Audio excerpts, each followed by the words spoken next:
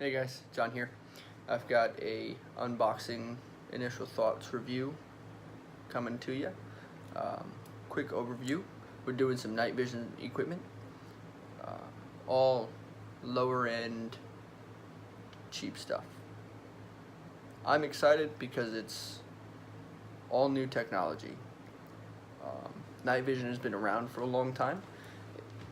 However, the best of the best equipment is not only not available to me, but also extremely expensive because of how it's made.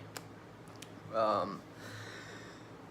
went in the direction of new technology, digital. Manufacturers are currently experimenting with digital night vision. It's interesting. The science behind it is pretty solid. However, the performance behind it isn't quite there yet. They're still making it, processing it, all that fun stuff. I went with a Bushnell Digital Sentry monocular, which is modeled after the current issued analog night vision. It's got the same shape, the same fit and function. It's just not as awesome as the latest generation analog night vision with an image intensifier, which compared to the movies isn't so great either. I've used, I don't know if it was Gen 2 or Gen 3, but I've used real night vision before, the PVS 14, which is what this is modeled after, this here. If you've used night vision before, you probably have seen something like this and are a little bit confused on how this is in my hands. Well, this is created by Bushnell, and it's a digital night vision monocular. Instead of having an image intensifier, it has a CMOS sensor, which is the same that you would find in a high-end camera. The only difference is your high-end camera has an IR or infrared filter on it. This does not. This also has a IR illuminator, which is just an LED that emits a wavelength that is not seeable with the naked human eye, which is cool because that is kind of the point of night vision. Rather than having flashlights, you just see in the night. The IR illuminator does its job, but it's not super strong, so it only has a specific range. With digital night vision, it's not as far as with analog. Analog is still more efficient at the moment, and digital is still being worked on. It's a process.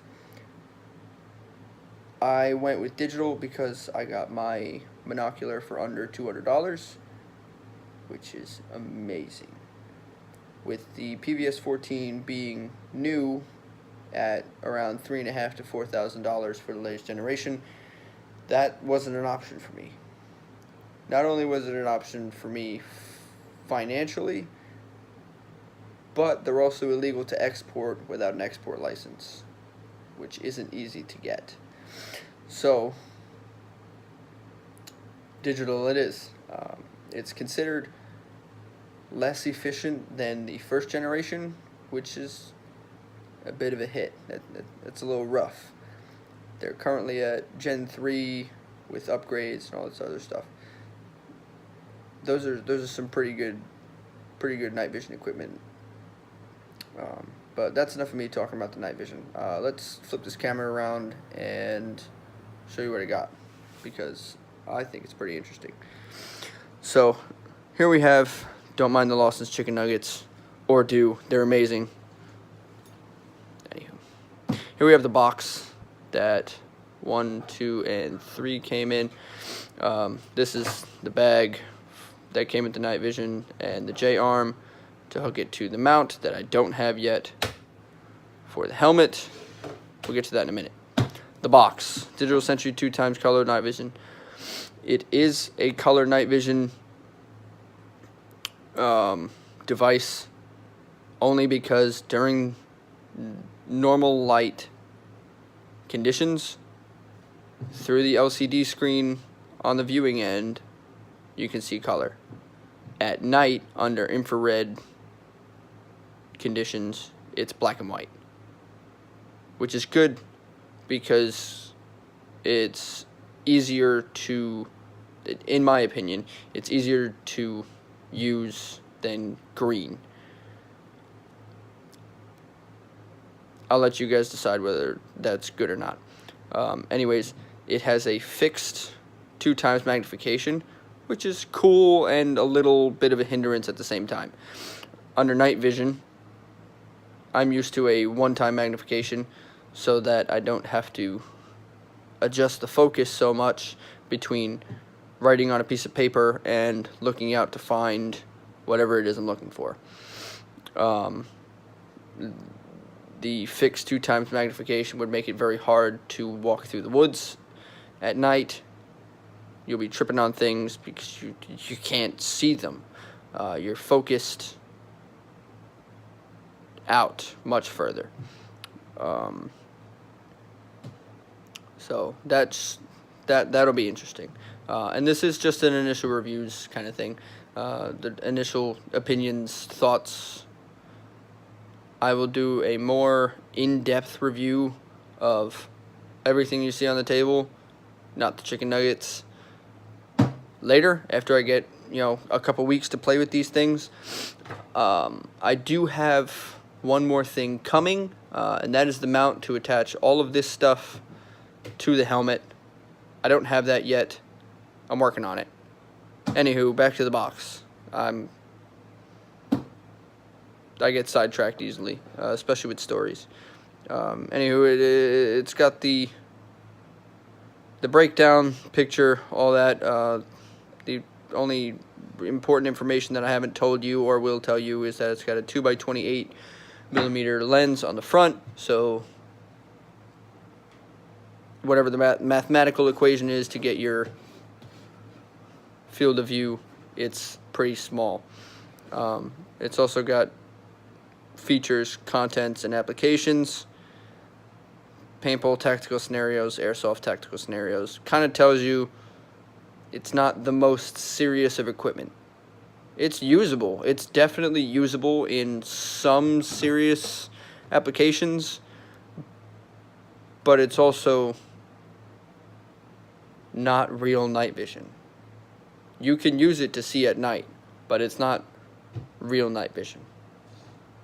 Moving on, this is the actual binocular.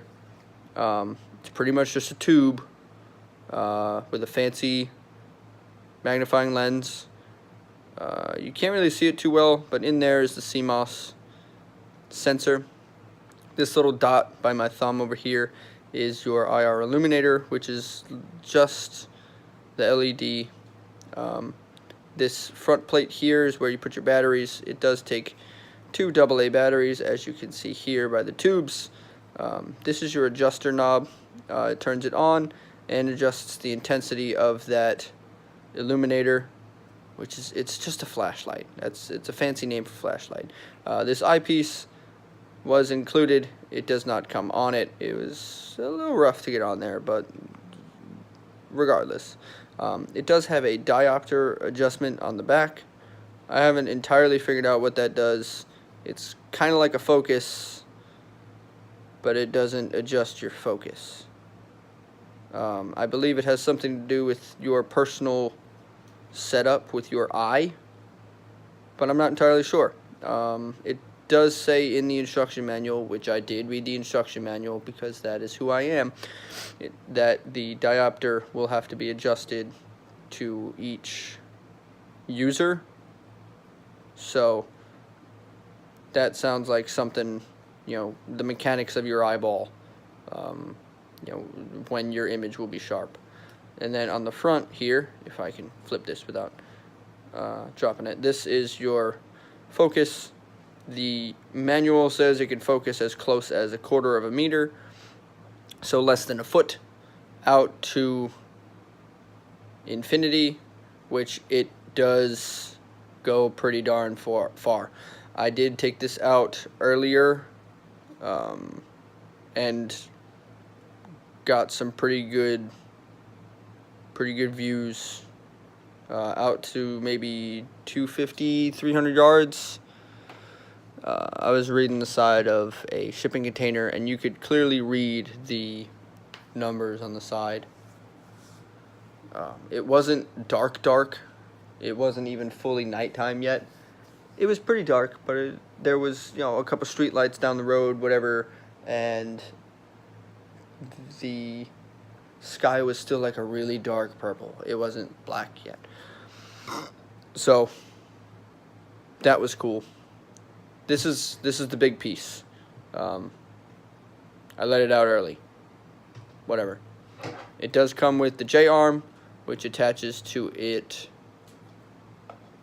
here with this little screw piece, and then this attaches to the Rhino mount, which I don't have, which attaches to the helmet. Important for hands-free night vision use. It also did come with a weapon mount that's got a 1913 rail attachment, or a Picatinny, whatever. They're almost the same thing. I left it in my car, so I don't have it here. I don't ever plan on using it with the weapon mount on a weapon, partially because it says do not use with ammo over whatever G-force. It's kind of hard to tell what ammo has what G-force on it, so that's just a headache I don't feel like dealing with. Also, it's a $200 night vision device. I don't plan on using it for real applications. I plan on playing around with it, sticking it on the helmet and looking like a goofball running around at night with a night vision device strapped to my face. But, and maybe, big hint, doing a night driving video, no lights, driving at night, under night vision. Maybe. I'm going to play around with it without wheels and, the potential of death first. So, more to come. Anywho, it also came with this pretty cool night vision bag. It's got 2 pockets on the inside. It'd be really cool if I could get some light in here. The night vision device goes in here, and then it's got this front pocket for J-arm, batteries, whatever else. It zips up real nice. It's got some good padding to it, so you're most likely not going to wreck your stuff. And then it's got some MOLLE attachment if that's what you're going to use it for. It's pretty cool. The box says it comes with a camouflage bag. Mine came with this. This is good. I'll take it. The next piece is something I've actually had for a long time. This is a not Surefire. I take that back. Streamlight Sidewinder. There it is. Too many S's. And it's more of a multi-purpose camp light. It's got 4 brightness settings, a strobe setting, and 4 color settings. There's, as you can see, the white light, which comes from this big funnel with an LED in there, and then there's these 3 LEDs on the side. The white one is obviously much brighter than the other 3, partially because it's got a better LED in there, but also partially because it's got the reflector cone. These 3 LEDs don't have any reflector cone, and who's to say whether or not they are of the same quality or worse or better than the LED and the white light. White light LEDs are just so common and so well made nowadays that the white one is probably better.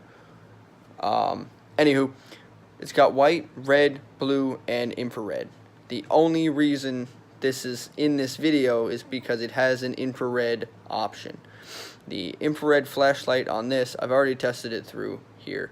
It's not amazing, but it does work. And with the infrared setting on here,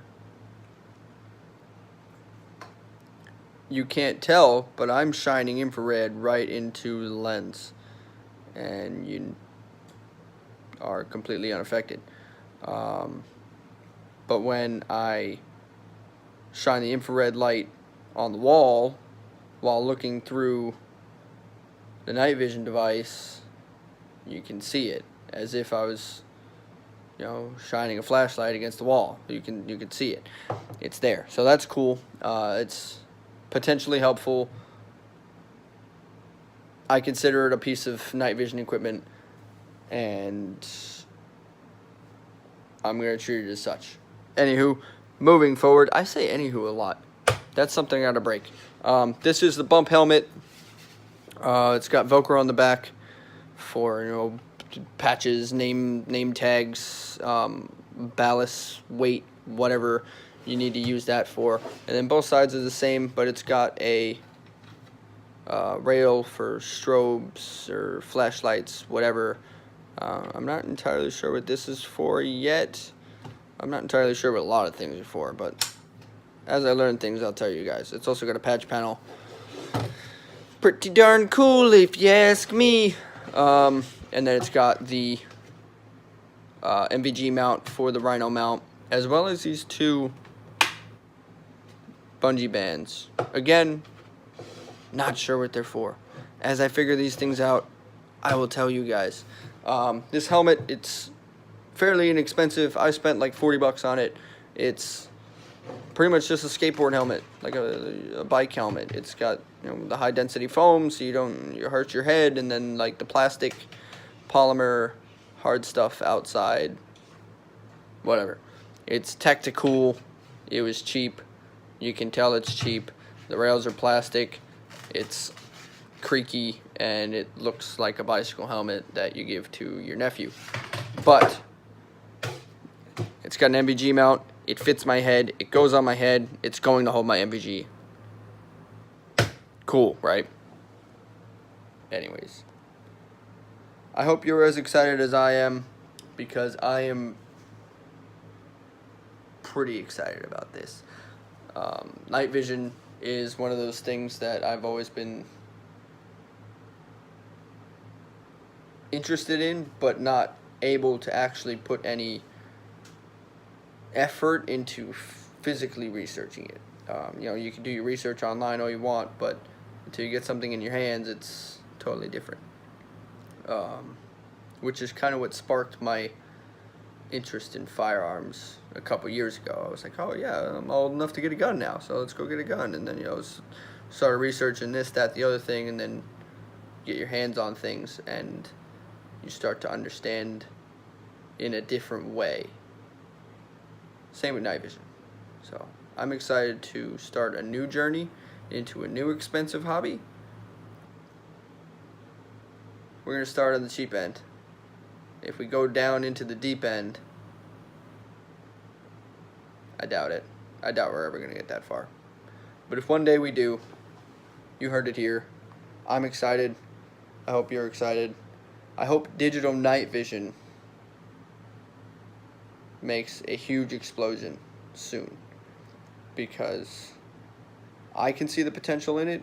I'm not an engineer, but I do work with electronics a lot, and I've seen equipment just explode with their potential, just based off of tips, tricks, reviews, and manufacturers hearing those reviews and bouncing back with insane improvements on equipment, just with small changes in chipsets, and add these features, take these features away because they interfere with those features, stuff like that. So I'm excited to see where digital night vision goes in the next couple of years, and this is something new that's on my radar. So let's turn out the lights. I'll see you guys soon.